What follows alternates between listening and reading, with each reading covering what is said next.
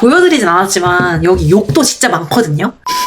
입에 담을 수 없는 말들도 진짜 많아요. 근데 뭐 어때? 나만 볼 건데. 또로롱. 평소 기록을 추천하시는 편인가요? 저는 사실 기록을 막 추천하는 편은 아니거든요. 맞으면 하는 거고 안 맞으면 굳이 안 해도 된다라고 생각을 하는 편인데 말과 행동이 약간 다른 편이시네요. 3월에 번아웃을 겪으면서 거창할 필요 없이 쓰는 이 행위가 나한테만 줄 수 있는 신호, 시그널일 수도 있겠다라는 생각이 들어서 이거를 진짜 미리 알았으면 너무 좋았겠다 싶어가지고 이번 영상에서는 이 5년치 일기를 공유하면서 깨달은 점에 대해서 한번 이야기를 해보려고 합니다. 또롱. 일단 2022년에는 잘 다니던 회사에서 권고사직 바람이 불었어요. 화장품 회사를 다녔는데 코로나 때 회사가 어려워지더니 진짜 갑자기 같이 일하던 동료의 절반 이상을 잃었는데요. 그때 저는 직감적으로 알았어요. 아, 곧 나의 차례가 오겠다. 또로롱. 그 직감은 맞아 떨어졌나요?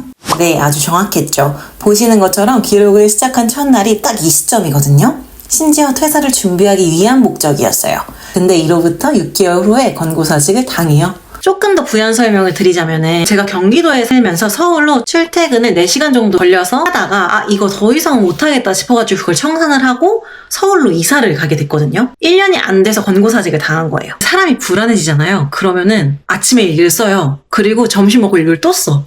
그리고 오후 3시쯤에 또 일기를 쓰고 자기 전에 또 마지막으로 또 일기를 써요. 안 쓰면 어쩔 줄 모르는 분리불안 상태가 돼버리는 거예요. 쓰다가 과하다 싶었는지 앞으로 9시 전에 쓰는 일기는 아침 일기, 그 이후 시간은 오전 일기라고 명명하겠습니다. 라고 써놨고 본인에 대한 의심이 정말 많은 시기더라고요. 달라질 수 있을까? 변화할 수 있을까? 사실은 그 누구보다 두려움이, 무서움이 많은 내가 여기서 더 내려놓을 수 있을까? 내가 원하는 삶의 방향은 무엇인가? 이 체크리스트도 실은 불안해서 오는 거였어요. 두려우니까 하나라도 놓치면 안 돼. 이 방향으로 가야만 해. 하면서 스스로를 컨트롤해야 한다는 강박이 있었던 것 같아요. 솔직히 이 정도일 줄은 몰랐거든요. 정작 2022년에 저는 제가 굉장히 여유있게 보냈다고 생각을 하는데 진짜 보면 안쓰러울 정도로 불안에 떨고 있더라고요. 혼자 자책했다가 위로했다가 미라클 모닝 해야 된다고 채찍질했다가 또 너는 다 할 수 있다고 막 다짐했다가 난리도 아니에요. 조금이라도 흔들리는 게 두려워가지고 진짜 꽁꽁 묶어뒀던 그런 시기이지 않았나. 근데 그때는 몰랐어요. 당연히 아 나아질 거야, 나 괜찮아질 거야 라고 계속 저를 위로하면서 마음을 다잡던 그런 시기였어요. 그 다음에 또롱. 이제 2023년인데 이때가 진짜 제 인생에서 가장 힘들었을 때인데요. 이 23년에만 제가 이직을 3번 해요. 그러니까 이직이 3번이니까 4군데의 회사를 다녔었던 거죠. 2월, 4월, 9월 이렇게 이직을 하거든요. 에너지가 진짜 바닥이었을 때인데 진짜 웃긴 게 제가 2023년에만 다이어리를 3번을 썼더라고요. 3년 5월까지 그 다음 3년 10월까지 쓰고 이게 이제 2023년 10월부터 25년 10월까지여가지고 심지어 요 중간 정도 반 정도가 또 23년에 썼어요. 그러니까 여기서도 딱 진짜 분리불안 상태가 나오더라고요. 보시면 새벽 일기, 마무리 일기, 오후 일기, 마무리 일기, 기상 일기, 밤 일기, 아침 일기. 진짜 심각했죠. 그만큼 진짜 불안했던 거예요. 그때는 몰랐지만. 그리고 이때는 감사하다라는 말이 진짜 많이 나오거든요. 솔직히 말씀드리면 진짜 감사해서가 아니었어요. 마음속으로 감사해서가 아니었고 그냥 주변에서 감사해야 한다는 거예요. 물론 저도 알죠. 진짜 누울 수 있고 먹을 거 있고 정말 건강하게 하루하루 살 수 있는 게 정말 감사한 일인 거를 머릿속으로는 아는데 마음으로는 그게 진짜 느껴지지는 않는 그런 상태였어요. 그저 감사해야 한다고 해서 마치 그 끌어당김의 법칙처럼 감사해야 감사하는 일이 더 생긴다고 해서 막 감사합니다 막 이렇게 얘기를 했던 그런 시기였었는데요. 6월 28일 일기가 제 심정을 그대로 보여주는데 오늘도 선물 같은 하루가 시작되었습니다. 바로 솔직해지자면 그리 즐겁거나 행복하지 않다. 회사에 가는 것이 고통스럽다. 꾸역꾸역 합리화하는 기분. 긍정적이어야 한다고, 행복해야 한다고 합리화하는 기분이다. 저 근데 이렇게 쓰면서 너무 우울했거든요. 실제로 울었던 적도 정말 많아요. 지푸라기라도 잡는 심정으로 되뇌이면서 저를 끌고 갔던 것 같아요. 취업을 하려면 면접을 봐야 되잖아요. 근데 사실은 이때가 권고사직 후라서 듣지 않아도 되는 질문들을 너무나도 많이 들었어요. 예를 들면 회사 망한 게 너 때문 아니냐, 회사 복지는 어떻게 줄였냐, 순서대로 말해봐라, 사내에 배치되어 있던 간식을 먼저 줄였냐, 월급을 먼저 줄였냐, 문화생활 같은 그런 지원 같은 것들을 얼만큼 줄였냐, 경영진 분들은 그대로 있냐, 경영진 분들도 권고사직 대상자에 올랐냐, 이런. 당시 제가 브랜드 매니저를 했었었는데 브랜드 매니저였으면 브랜드 망한 거 네 잘못 아니야? 시간을 돌릴 수 있다면 너 어떤 거를 먼저 바로잡고 싶어? 막 이러한 질문들이었는데 한두 번은 압박 면접이고 진짜 나에 대해서 궁금한가 보다. 그리고 실패를 통해서 나도 배우는 게 있는지 한번 더 톱파봐야겠다라고 이제 생각을 했는데 놀랍게도 제가 면접 본 회사들의 80% 이상이 이런 질문들을 했어요. 심지어 더한 질문들도. 근데 저도 사람이다 보니까 이게 계속 반복이 되고 누적이 되잖아요. 그러니까 이게 구직자인 나에게 궁금한 게 아니라 그냥 하나의 코스메틱 스타트업 회사가 기울어가는 과정이 궁금했구나 싶어서 거의 한 몇 개월이 계속 되다 보니까 이 업계에 다소 지친 상황이기도 했어요, 사실은. 게다가 하던 일에 대한 흥미도 다 떨어졌기 때문에 일을 하면서 재미도 느끼지 못했고요. 근데 돈은 벌어야 돼서 배운 게 도둑질이라고 뭐 할 수 있는 게 없어가지고 취직해서 일해야 되는 그런 상황이었죠. 지금 생각하면 진짜 안타까운데 23년은 정말 지옥 같았어요. 근데 이게 사실 괜찮지 않은데 괜찮은 척을 한 거잖아요. 그러니까 저도 모르게 저에게 굉장히 상처가 되기도 하더라고요. 이게 제 마음이 소모되고 있다라는 시그널이었던 것 같아요. 일기를 자주 찾고 아직 게임은 끝나지 않았다고 계속 저한테 주문을 되뇌이고 저를 일으키고 이 과정이 신호였던 것 같아요. 근데 그때는 몰랐죠. 또롱. 24년 일기장이 바뀌었죠? 굉장히 컴팩트해졌죠? 심지어 이렇게 안 쓴 날도 있고 스케줄러가 대부분이에요. 네, 맞아요. 이때 번아웃 진짜 세게 옵니다. 번아웃이 오기 전에 2년 동안 이렇게 일기를 많이 찾은 거잖아요. 2024년은 진짜 요만큼이에요. 이만큼.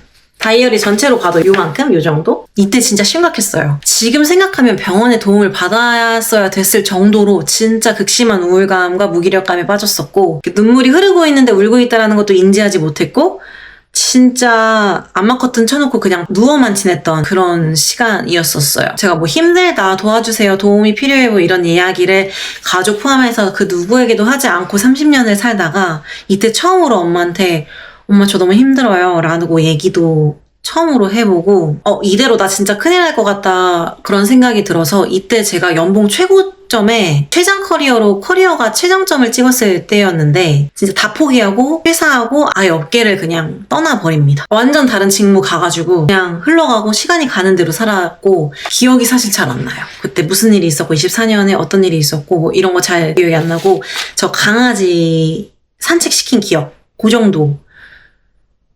그 정도? 그러다가 하반기부터 이제 일기를 조금씩 다시 쓰기 시작하는데 여기서 약간 눈에 띄는 변화는 이전까지 자주 보였던 해야 해, 나를 일으켜야 해 이런 말이 없어지고 설렌다는 표현들이 보이기 시작해요.